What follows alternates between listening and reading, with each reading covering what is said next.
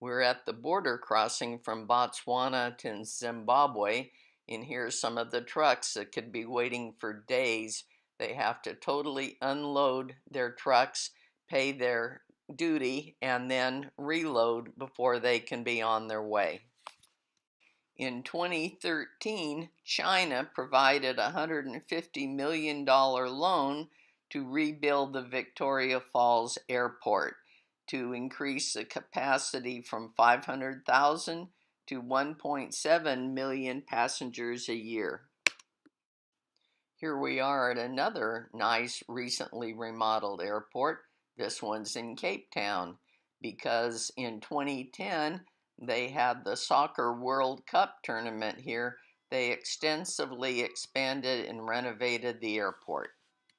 There's a huge mountain range right behind Cape Town.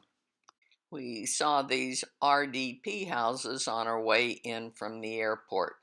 RDP is Reconstruction and Development Program, and it was instituted in 1994 to provide housing for people who had been affected by apartheid.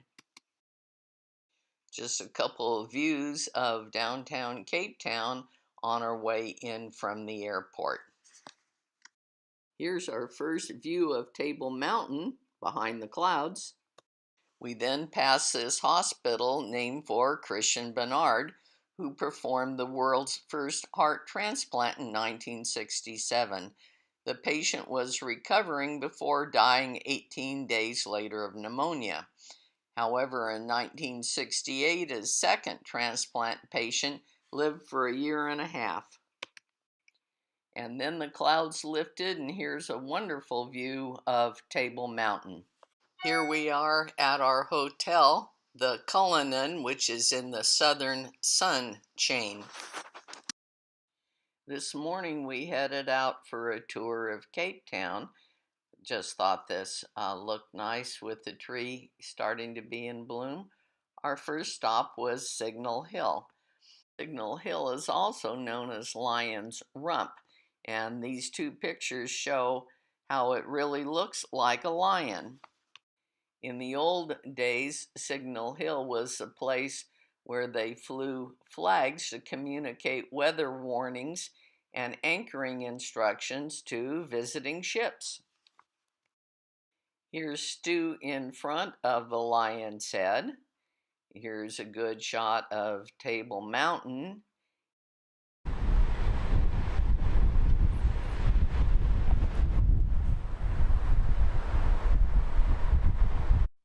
You can see how the growth of Cape Town is pretty limited by this very tall range of mountains right behind it.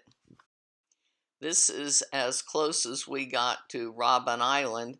The weather was too windy and the ferry didn't operate while we were in Cape Town. Since the end of the 17th century, Robben Island has been used for the isolation of mainly political prisoners. It's also been used as a leper colony and an animal quarantine station. Its most famous inhabitant was probably Nelson Mandela, who was imprisoned there for 18 of the 27 years he served behind bars. The maximum security prison for political prisoners was closed in 1991. The medium security prison for criminal prisoners was closed 5 years later. Today, it's a popular tourist attraction and UNESCO World Heritage Site. We're up on Signal Hill overlooking Cape Town.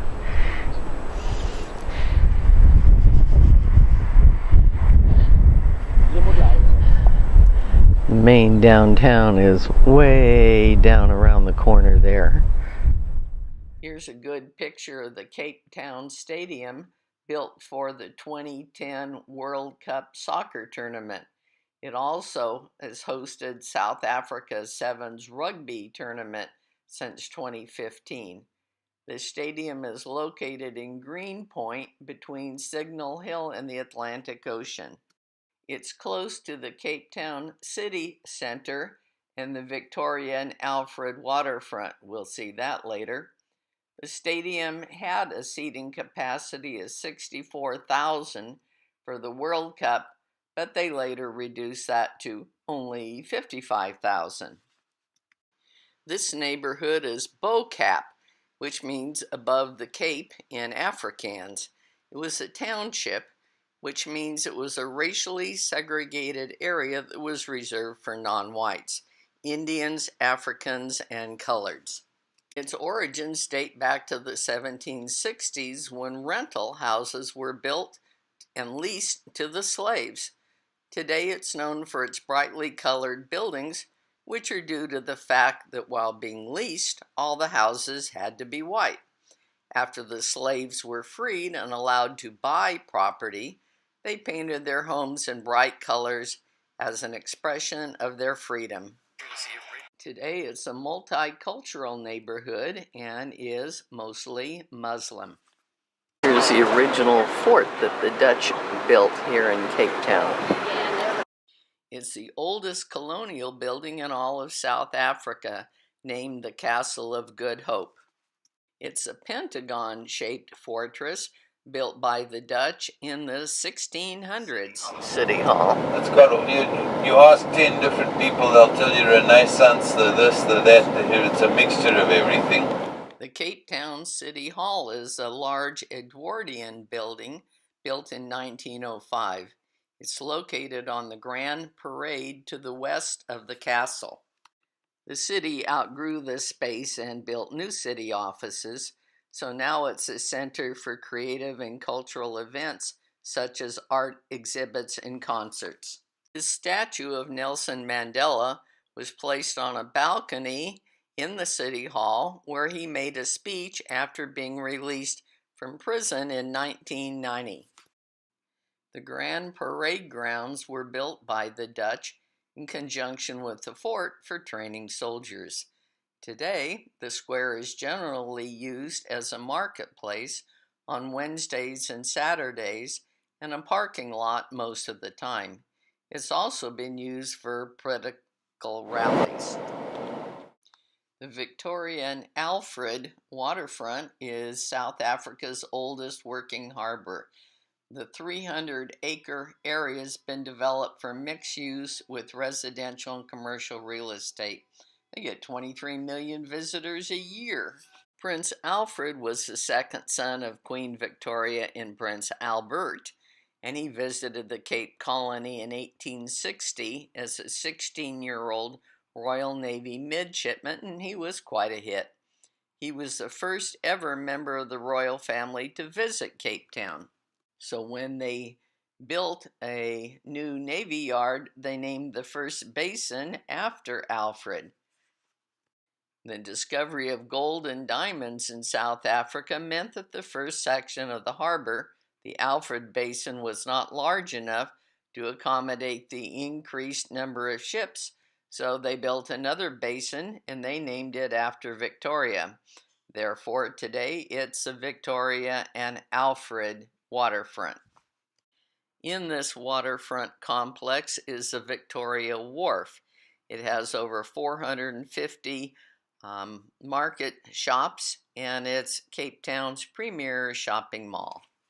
Included are international brand designer fashions and then specialty shops with curios and jewelry.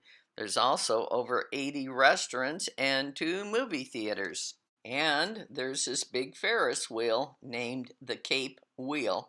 It has 30 fully enclosed air-conditioned cabins that take you 130 feet above the ground on a 12 to 15 minute 4-revolution ride. No, we didn't try it out.